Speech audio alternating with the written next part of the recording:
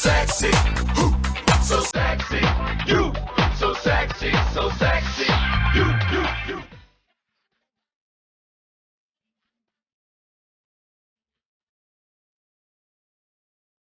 Walang iba, ako pa rin po. Huwag kang magulat. Sino pa ba? Ang lagi niyo pong kasama alas 6 hanggang alas 9, Sexy Megan. And yes, welcome back sa radio show ninyong walang title. Magta-2024 na wala pa rin tayong title. Pero syempre, okay lang yun. Importante meron tayong topic everyday. Hindi tayo nauubusan. And for today, since we are down to the last few days of 2023, ang gusto kong malaman mula sa'yo ay ano yung biggest plot twist mo ngayong 2023? Yan, mga plot twists nyo sa buhay ngayong taong ito. Sabi ni Cherry, ito yung mga sagot natin from our Facebook page.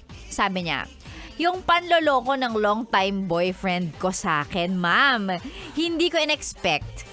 May nalalaman pang paplano-plano for the future tapos lolokohin din pala ako. Nalaman ko po yan around February pa this year kaya umpisa pa lang ng taon ko, grabe na agad. But I must say, I am feeling better now and continue pa sa process of healing. Pero better na po ngayon. Looking forward to a better 2024. Taray! Diba? Well, eto lang yan, ano, kung sakasakali mang may mga tao ngayong 2023 na nawala sa buhay ninyo. For reasons like, nasaktan nila kayo o di naman kaya may nagawa silang hindi maganda, that really hurt you, gave you so much trauma in life, just make sure na wag nyo na silang dalhin sa 2024, ha? Diba, nasaktan na nila kayo, may nagawa na silang hindi maganda ngayong taon na to, wag na po tayo maging masyadong marupok. Magpatawad, pero dapat alam mo sa sarili mo na hindi nila deserve ang kumbaga atensyon at oras at pagmamahal na kaya ninyong ibigay. Wag nyo na po silang dalhin sa 2024, parang awa nyo na. Diba? Yung mga ganyang taong walang ibang ginawa kundi magbigay lang ng sakit sa buhay natin, hindi nila deserve. 'Di ba? Ang oras mo, atensyon mo, pag-ibig, pagmamahal mo, 'di ba? Wag na. Oo, hanggang 2023 na lang. End it there. Forgive them, 'di ba? And heal, 'di ba? Heal yourself, and then pagdating ng 2024, fresh start tayo. Ganon, 'di ba? Happy for you, Cherry, no?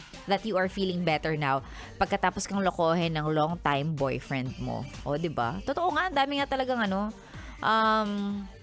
mga long-term relationship na na natapos ngayong taong ito. Kaloka. Eto, sabi ni Abby, yung pagpasa po sa board exams this year. Attorney na po ako at sobrang happy ko, Sexy Megan. Hindi ko kasi expected. Of course, hoping for the best, pero expect the worst din ako kasi lagi sa life. And ang pagpasa sa exam ang isa sa highlights ng taon kong ito. Para sa family ko, ang pagkakapasa ko sa exams. Thank you very much. Taray, congratulations sa Attorney Abby. At of course, no, sa lahat ng may ganyang achievement ngayong taon, no, nakapasa sa exams, licensed teacher, nurse, physicians, mga lawyers na, mga ganyan, nakapasa sa kahit anumang bagay na pinaghandaan, pinag-aralan ninyo ngayong taon. Of course, congratulations sa inyo. 'Di ba? Hindi naman biro yan eh. Hindi biro mag-aral in general. Nakakapagod. Lalong-lalo na kapag pinagsasabay mo sa iba pang bagay na ginagawa mo. And ang pagkakapasa nyo, 'di ba? Pag nakapasa ka, sobrang ang sarap sa feeling. So, congratulations sa inyo. We're very much happy. Happy rin kami para sa inyo. Pag mag-celebrate kayo, wag niyo po kaming kakalimutan dito sa Yes the Best. Naiintindihan? Charot! Ayan. Ito, sabi ni Carol, sa akin siguro ang biggest plot twist ko ngayong 2023 ay nag-resign ako sa bank and now I am an FA. Hindi ko in-expect na aabot sa ganito dahil sobrang layo ng work ko starting the year. Tapos ngayon, FA na po tayo. Thankful I made the shift kasi sobrang happy ko sa work ko ngayon. Wow! Happy for you, Carol. Meron ka ng wings. Napkin, may wings. Charot! Hindi, kapag, kasi ikaw ay isang flight attendant. So, meron ka ng you have wings kasi lumilipad-lipad ka na. Lagi kang sakay ng eroplano. Ganon. At saka ang sarap may mga kaibigan din akong mga flight attendant. Nakikita ko yung mga my day nila. Naiinggit ako.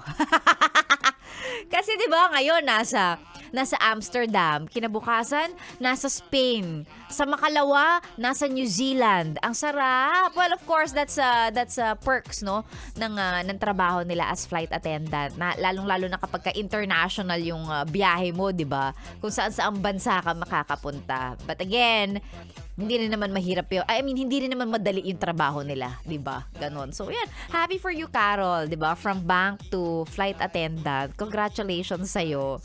Nagawa mo yan in a year. O, eto naman. Sabi ni Jenny, yung naging kami ng BFF ko, hindi ko na-expect na nasa harapan ko lang pala yung magiging boyfriend ko at taong magpapasaya sa akin. I'm happy na binigyan ko siya ng chance. Hindi siya nanatiling nasa friend zone. Alam niyo, totoo din yung sinasabi nila. Minsan, ang layo-layo ng tingin ninyo kung saan kayo naghahanap ng taong magpapaligaya o ng taong jojowain ninyo. Tingin-tingin din po kayo sa friends list ninyo kasi baka mamaya kaibigan nyo na pala siya.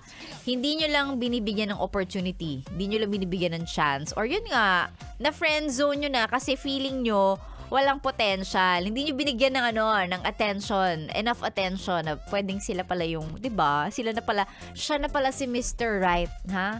Ang icing sa ibabaw ng cupcake nyo. Ganon. Charot. Ay nako, yung mga plot twists na yan, kaya maganda, kaya hindi maganda, no? Masaya o malungkot.